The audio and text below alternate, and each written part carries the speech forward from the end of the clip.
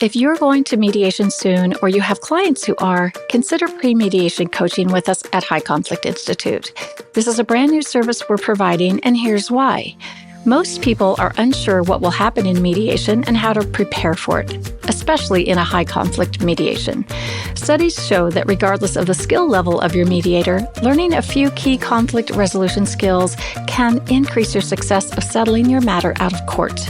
Our pre-mediation coach will work with you in a 90-minute one-on-one session by Zoom or phone to help you learn to stay calm, to make reasonable proposals, and make decisions that can last. A small investment with significant positive outcomes.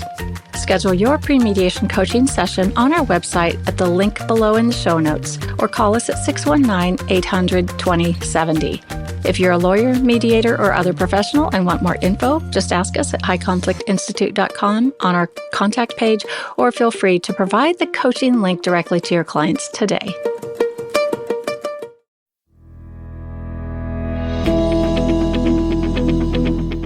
Welcome to It's All Your Fault on True Story FM, the one and only podcast dedicated to helping you identify and deal with the most challenging human interactions, those that are with people that we'd say are high conflict or have a high conflict personality. I'm Megan Hunter, and I'm here with my co-host, Bill Eddy. Hi, everybody. We are the co-founders of the High Conflict Institute in San Diego, California. And now in today's episode, we're going to take a slight diversion from our schedule. At the end of the last episode, I announced we'd be talking to Dr. Jay Lieberman in this episode. But due to the, the eruption that's happened in the world over Ukraine, we thought this would be an important interruption. So today we'll be talking about what may be one of our most important discussions ever on this podcast, the atrocities being committed against Ukraine by Putin. We'll focus on Bill's recent article called Putin Attacking Ukraine. Is this malignant narcissism? And if so, can we predict his future actions? Now, if you have questions about what's happening surrounding this troubling topic, please send us your questions. And we'll be talking about this in future episodes for sure. So send them through our website at highconflictinstitute.com/podcast or email us at podcast@highconflictinstitute.com. You can find all the show notes and links at highconflictinstitute.com/podcast as well. Please give us a rate or review and tell your friends, colleagues, or family about us, especially if they're dealing with a high conflict situation. We are very grateful. And now let's get to it. Bill, the world is very troubled right now, or at least most of the world, about the war being waged by Putin against Ukraine.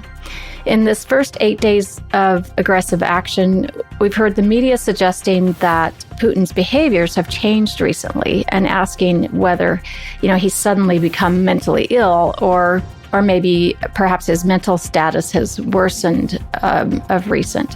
Now, this article that you've written has gained a lot of attention about this topic. So let's dive right in.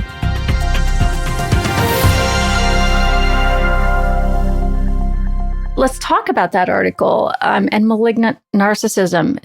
Can you explain that a little bit further? Yeah, so in the article, I explained that this is actually a diagnosis that's was established in the 1960s by Erich Fromm, a psychologist, and then by the 1980s was more further defined by a psychoanalyst, Otto Kernberg. And I was fortunate to hear Otto Kernberg at a conference, the Evolution of Psychotherapy conference, which recurs every 4 or 5 years, an excellent assortment of mental health, some of the most well-known experts. And Otto Kernberg was there, and he had just turned 90, and he's got a really big perspective on this, and he talks a lot about narcissists and a lot about sociopaths or antisocial personality disorder. And he says when you put these two together, you're really getting the most severe personality disorder there is and the most untreatable. This is an entirely untreatable disorder. And Erich Fromm originally talked about this in terms of historic leaders who were malignant narcissists. He said the pharaohs, the Caesars, and Hitler, of course, and Stalin, of course. Now, as mental health professionals, we've seen over the years this personality exists for some people in families, such as domestic violence, for some people in the workplace who may destroy people's reputations and enjoy doing it, people in the world. So it can be at all levels of society. But the characteristics that ended up getting defined were really a combination of narcissistic personality disorder, antisocial personality disorder, paranoid traits, and sadism. And this certainly seems to fit what we're seeing today with Vladimir Putin. We need to recognize that there are personalities like this who don't operate the usual way. These are people that don't negotiate. They rule. These are people who lie, people who look reasonable and yet are totally unreasonable. And we see them in different settings. I just read about a guy who murdered a visitation supervisor and his children in a divorce, and then himself in San Diego, where I am. And so it makes me wonder, was this a malignant narcissist that nobody spotted? And I think the world stage now is Putin, a malignant narcissist that's deceived everybody, or almost everybody up to now. Yeah, it's interesting as I think back through all of the, the video I've seen in the news of, other world leaders having meetings with Vladimir Putin. And, it just looks like a nice handshake, a nice conversation. So it can be tricky because that can put in your mind that this is a rational person that will stop himself. And as you know quite well, these are the folks who don't stop themselves. Mental health professionals really aren't supposed to diagnose public figures they haven't met. So how do you deal with this? Well, this is something that comes up from time to time. And there's the thing called the Goldwater Rule, which came out in the 1960s when Barry Goldwater was running for president, and 1,100 psychiatrists said he's not fit for office. And they got in trouble for that and passed what they called the Goldwater Rule for the American Psychiatric Association, which was we shouldn't be diagnosing public figures and people we haven't met. And there's a lot of logic to that, makes a lot of sense. But to me, there's two exceptions, and that's why I can write an article like this. One exception is I'm not governed by the American Psychiatric Association. I'm a licensed clinical social worker. We don't have a Goldwater Rule, although the ethical standard is we don't diagnose people we don't know and haven't met. The other is I believe there's times when we need to use our knowledge for the safety of the public. And I think of this like if you're a heart doctor and you see somebody that's showing symptoms of a heart attack, and they're a public figure or someone that's maybe within the next month or two may have a heart attack, you should speak up about that. And that's okay because that's not doesn't have the stigma of mental illness.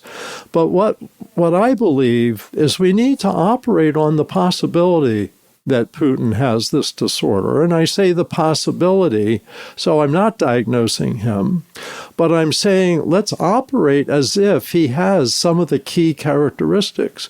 One of them is that he's not going to stop himself. And that's, as you said, Megan, that's such an important principle. He has to be stopped.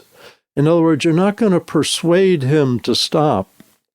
As of today, when we're recording this, people are trying to convince him, don't do this, don't do that. President of France is calling him again. And the reality is, I think Putin's loving it. He doesn't care about people, and sadism means you enjoy other people's pain. And so when people say, when he sees, dead babies, and when he sees dead Russian soldiers, that will move him, forget about it if he has this disorder.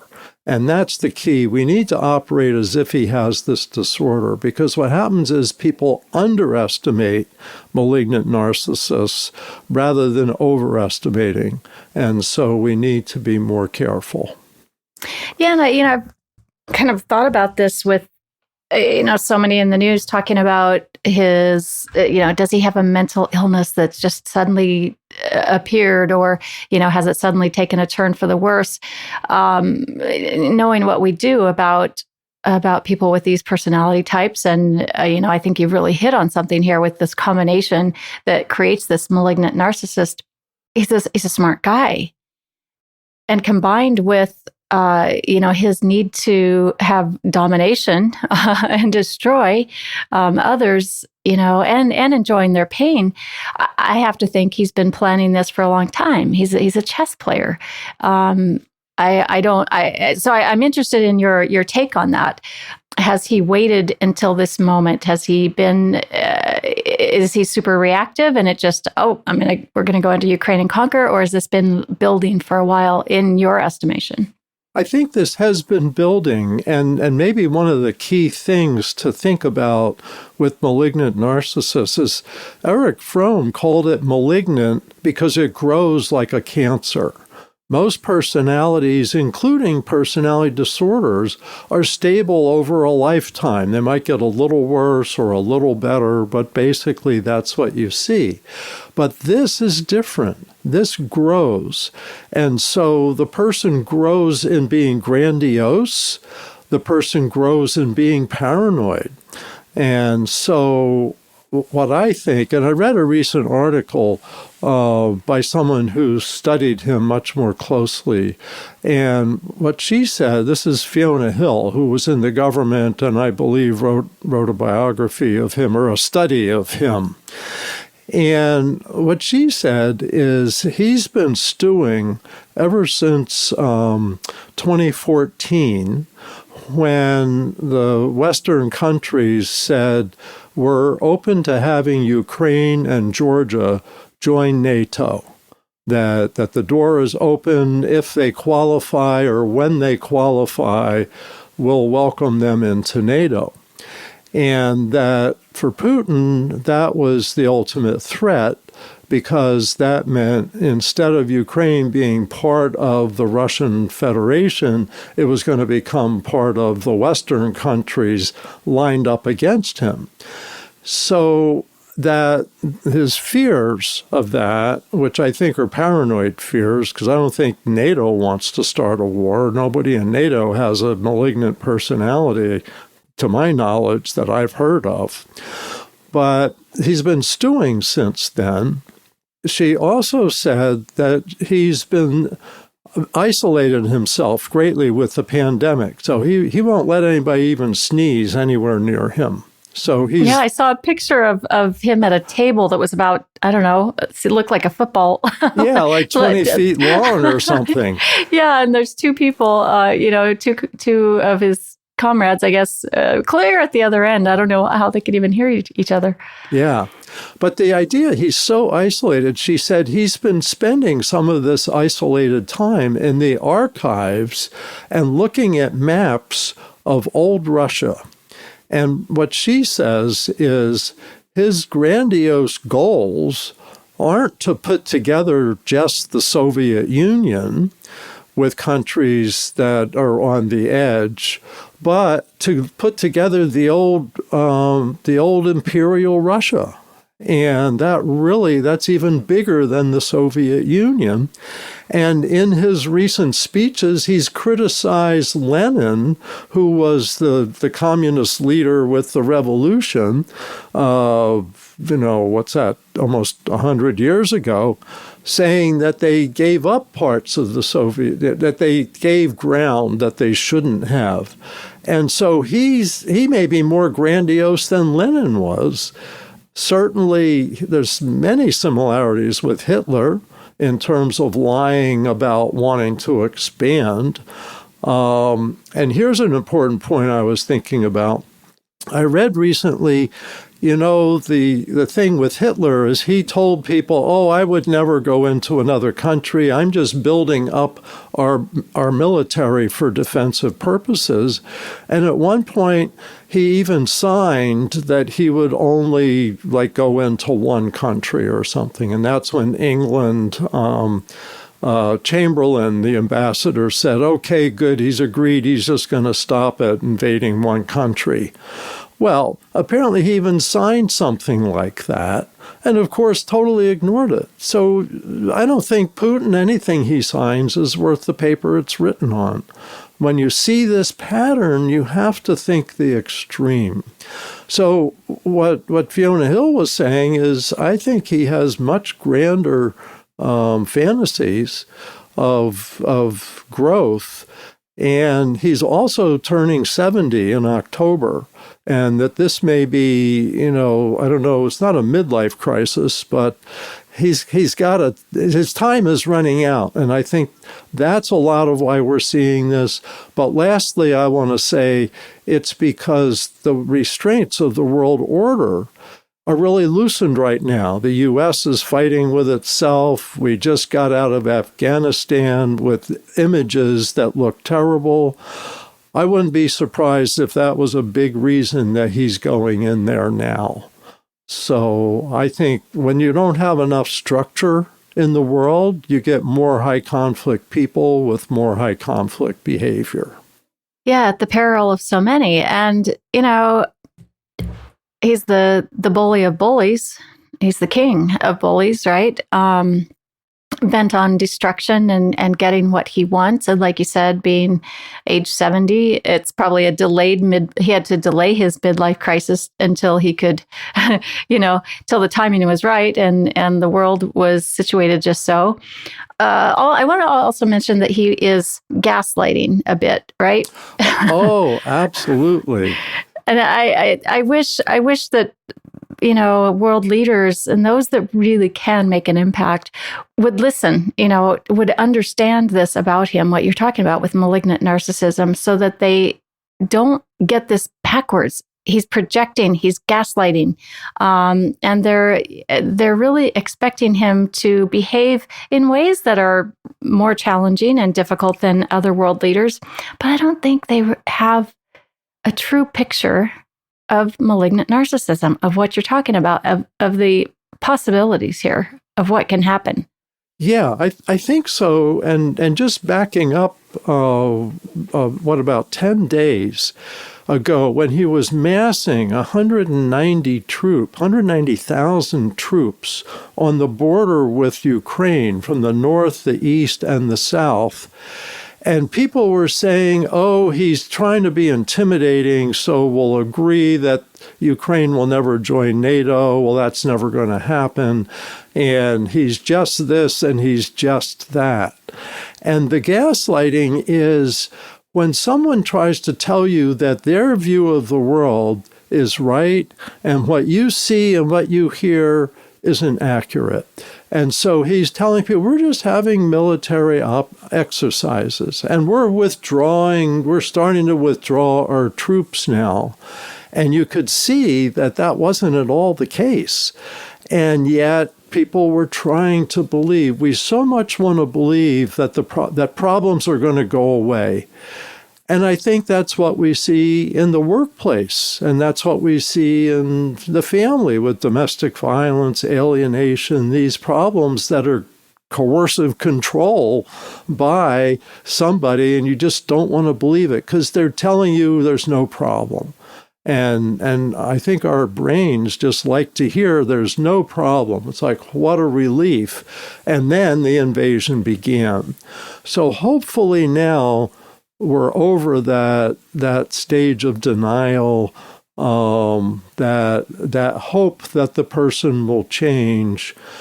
I want to say a couple of things. I think it makes sense that the economic sanctions, especially targeting the oligarchs around him, because part of the HCP theory is that high conflict people collect and seduce negative advocates, and the negative advocates give them like 10 times more power. And if the oligarchs aren't going to be able to get to their yachts and fly their planes, and their wealth is going to be impacted, it may be this is a way, because we see that with high conflict people. At some point, they lose their negative advocates, and then they're kind of naked there without as much power as they thought they had. And that's, to me, one of the biggest hopes.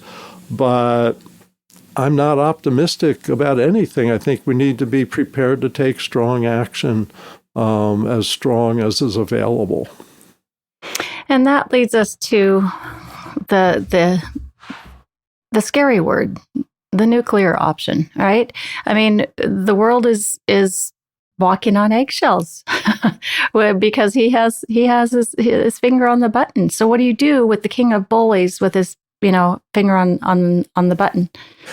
Well, that's a very tricky one, and I go back to the Fiona Hill interview, which was the 28th of February. I don't know where I found it, but if people want to look for that, she says he'll have no qualms about using nuclear weapons. And I think, and I'm not a politician or military strategist or whatever, but the principle with high conflict people is you don't tell them that we won't match your strength, that you need to tell them we may match and dominate your strength, so watch out, buddy. And I think it's been a mistake to say, we're not going to go into Ukraine. I think it would be better to be very coy about that. Well, maybe we will, maybe we won't. Because once you give your strategy away as taking less strength to the situation, that's empowering of a high conflict person. So my thought would be, we'd be very coy about this. Well, if we need to, if we don't need to, nuclear weapons would be a disaster, and I hope we don't need to use them. But Vladimir, watch out. Who knows what we'll do? And that's part of what works for him, is he's unpredictable. And frankly, I think that when you oppose someone like that, you need to be unpredictable too. On the other hand, I think you have to be much more reasonable. So I would recommend against using nuclear weapons, but I would almost say, don't say you're not going to. Just don't say, or say, let's see what we have to do here. So in his malignant mind, is he kind of laughing? Do you think that the world is walking on eggshells around him? I mean, he seems to have everyone tied up in knots. He's destroying a people. He's destroying a country, and we're sitting back and watching this happen. And I think back to when I was a child, and we grew up without television in our home, and so my mom read us my two brothers and my sister and I. She'd read adult books to us, and some were on the Holocaust, some were missionary stories. They were always stories of heroism. And I remember as a child being very angry at my grandparents because they were alive during World War II. And I, in my child mind, thought, why didn't they do something? They were alive. They could have done something. And here we are. We're the grandparents now. We're the grandparents now. Who should do something. And I just said to my husband this morning, why am I not writing to every congressperson and every world leader? Like, why am I not doing something? All right. So I guess maybe our podcast is my doing something. But, what do we do? What can be done? Yeah, it's, I think, supporting relief efforts to Ukraine, and I think educating people like we're doing. Don't, in my mind, and this Fiona Hill article was quite impressive to me, she says we're not near the end, we're at the beginning.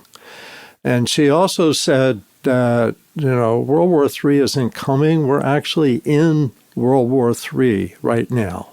And we need to decide what our strategies are to set the strongest limits we can without blowing up the world.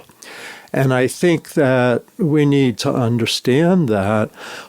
And the analogy to me also is we need to not tell Putin how upset we are. We need to tell Putin how strong we are.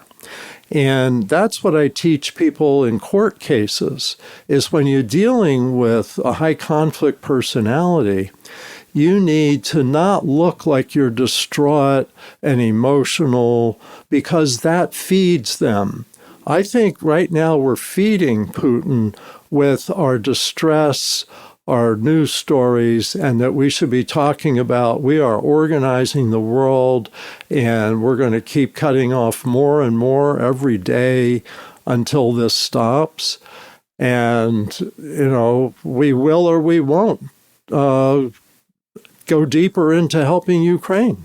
You watch out. You go further, we may have to go further too. Now, like I said, I'm not a military strategist, so I'm not suggesting anything specific, but I do suggest that you don't give away that you're not going to do something when you're dealing with a malignant narcissist. Yeah, it reminds me of the animal kingdom, really. Animals know this. They know that you have to be elusive. You can't be super predictable to your enemy. And then when you do attack your enemy, you look much bigger. you need to appear bigger than you actually are, and even stronger, as strong as you are, or stronger than you are. So I think we need to take some cues, perhaps from the animal kingdom. Kind of coming full circle, why is this happening now? I think that it's a time of lack of structure in the world. And as I wrote about in one of my earliest books, It's All Your Fault, talking about the workplace, that when workplaces are too loose or disorganized, then you get high conflict people, because the high conflict people are always there. It's kind of like germs of a cold or something that's lingering there. And if you're weakened in a weakened state, then they'll take over for a while. And so I think what we're seeing now is a world that really needs to show its strength together and its rules. You can't do this, you can't do that. And we're not going to feed your narcissism by telling you how distraught we are. We're going to tell you how strong we are. That's, I think, why it's happening now. And partly with the U.S., we've got to learn to work together more. And I'm encouraged, because it seems like there's mostly political unity around being as strong as possible right now, which is probably similar to World War II before we entered the war. And we were like, well, we don't really want to get involved, but maybe we need to, and we made the difference. Strange things for me to be saying, but setting limits is what you have to do with high conflict people. And he's an extreme example. Very extreme. And, this conversation would not be complete without talking a minute about President Zelensky from Ukraine. I think he's shocked the world in his stand that he's taken, and rallying his country and really rallying the world to support Ukraine and support the people. It's been quite remarkable. Yeah. And he's really doing everything right, because he's got to keep his presence. He's keeping a high profile, which of course is very risky. But to rally his people and rally the world, he needs to talk to people every day and show his strength. And that's what he's doing. He's not showing his weakness and sadness and frustration. He's showing his strength, and that's what you have to do. Yeah, and the people of Ukraine, they are a strong people. Just a few days ago, I think we were 3 or 4 days into this war, the incursion into Ukraine, and my husband suggested that we watch a Netflix documentary on the past conflict in Ukraine. I think it was 2013, 2014. Up until I watched that, I was able to watch news about this, ongoing, or this current conflict.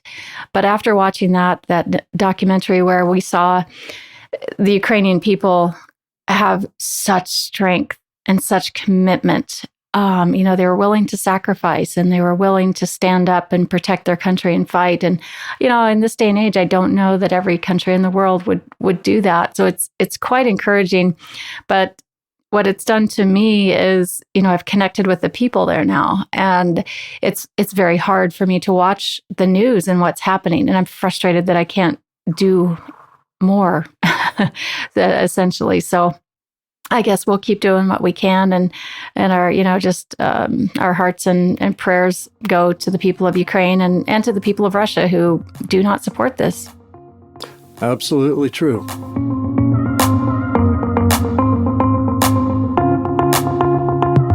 So I know this was a heavier topic, but I think a very important topic, and you'll find a link to Bill's article in the show notes, along with some links to articles and other important information.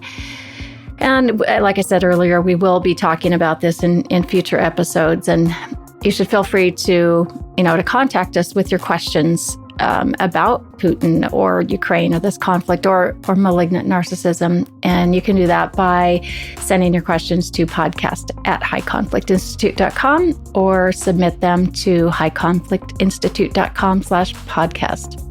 Now, next week, we will have the guest that was supposed to be here this week, Dr. Jay Lieberman, a retired physician who was diagnosed with bipolar disorder late in life, which tanked his career and family relationships.